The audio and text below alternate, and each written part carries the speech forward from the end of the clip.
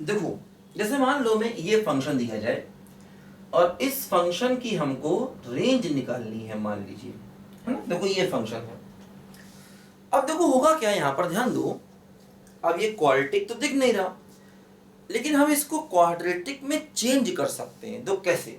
एक काम करें, 2 की पावर x को हम फॉर एग्जांपल u मान लें, लेट, ठीक, दोनों तरफ स्क्वायर कर दें। तो 2 की पावर x का होल स्क्वायर बराबर u का स्क्वायर। अब ये पावर के ऊपर पावर है तो मल्टीप्लाई हो जाएगी, है ना। अब 2 की पावर 2 इसे लिख सकते हैं 4 की पावर x बराबर u स्क्वायर। तो देखो कहने का मतलब ये है कि जो हमारा y है, y, देखो y ये हो गया u square plus u plus 1, ऐसे हो गया देखो y, है ना। ये हो गया देखो u स्क्वायर और ये क्या हो गया u, ये हो गया प्लस 1। तो देखो अब ये क्वाड्रेटिक में चेंज हो गया और हम इसका ग्राफ बना लेंगे और साथ में ये ध्यान रखेंगे आखिर u है क्या। देखो u है एक्सपोनेंशियल फंक्शन, ध्यान दीजिए, 2 की पावर x। u क्या है बोलो? 2 की पावर x। पर मैंने बताया था आपको कि एक्सपोनेंशियल फंक्शन हमेशा क्या होता है? पॉजिटिव होता है। इसका मतलब u हमेशा क्या हो गया बोलो? ग्रेटर देन 0 हो गया। ध्यान दीजिए, u हमेशा क्या हो गया? ग्रेटर देन 0 हो गया, क्योंकि एक्सपोनेंशियल फंक्शन हमेशा क्या होता है? पॉजिटिव। अब देखो इसका ग्राफ बनाओ, मतलब वही है, ये वही फंक्शन है, बस x की जगह u आ गया, समझ लीजिए आप।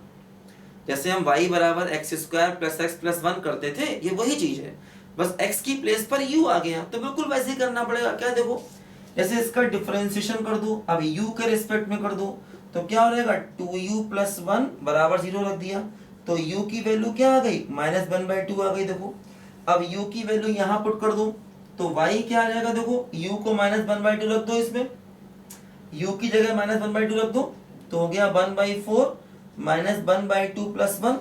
देखो सिंप्लीफाई कर लिया, क्या आ गया? देखो 4, 1 - 2 प्लस 4, तो क्या हो गया बोलो? 3/4 देखो आ गया, है ना। ठीक है, तो देखो ये इसका वर्टेक्स आ गया। वर्टेक्स देखो क्या आ गया, फिर वही तरीका, क्या वर्टेक्स क्या हो गया बोलो?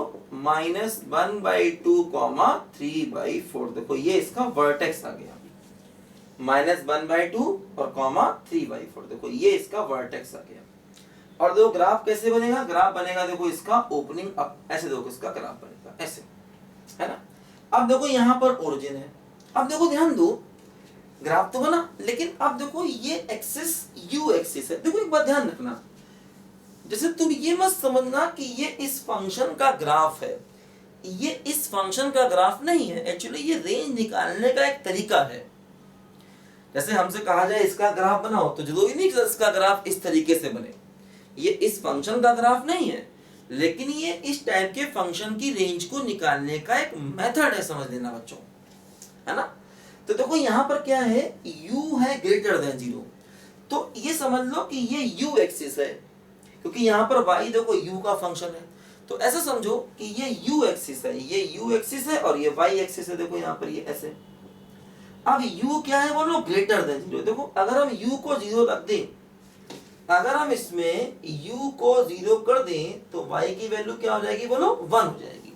तो देखो ये वाला पॉइंट जो है, ये वाला पॉइंट है 0,1 वाला पॉइंट। अच्छा अब देखो क्या करना है, हमें u को लेना है ग्रेटर देन 0। तो देखो u ग्रेटर देन 0, तो ग्रेटर देन 0 का मतलब हमें 0 के आगे वाला फंक्शन चाहिए। इस फंक्शन को आप यहां से मिटा दो, ऐसे करके देखो e, हमें चाहिए u ग्रेटर देन 0, मतलब हमें u की वैल्यू 0 से ज्यादा चाहिए। तो अगर u 0 से ज्यादा हो गया तो y की वैल्यू क्या हो गई बोलो? y की देखो वैल्यू हो गई 1 से इंफिनिटी। तो इसका मतलब इस फंक्शन की देखो रेंज क्या हो गई बोलो? 1 से इंफिनिटी हो गई, क्योंकि जो u है वो हमें ग्रेटर देन 0 चाहिए। तो ग्रेटर देन 0 वाला ग्राफ देखेंगे, ऐसा ग्राफ देखेंगे जहां पर u की वैल्यू 0 से ज्यादा है। तो देखो 0 पर वैल्यू 1 है, अब u है 0 से ज्यादा, इसका मतलब y की वैल्यू क्या हो गई बोलो? 1 से ज्यादा। तो इसका मतलब देखो फंक्शन की रेंज क्या आ गई? 1 से इंफिनिटी। ये देखो हमारे फंक्शन की रेंज आ गई, रेंज, है ना। तो ये रेंज निकालने का मेथड है, जिसपे हमने फंक्शन को क्वाड्रेटिक में कन्वर्ट करके रेंज को निकाल दिया, है ना। तो इस टाइप का कोई भी क्वेश्चन आएगा तो हम रेंज को इस मेथड से निकाल सकते हैं। ठीक है, नोट करो सब बच्चे इसको ध्यान से जरा।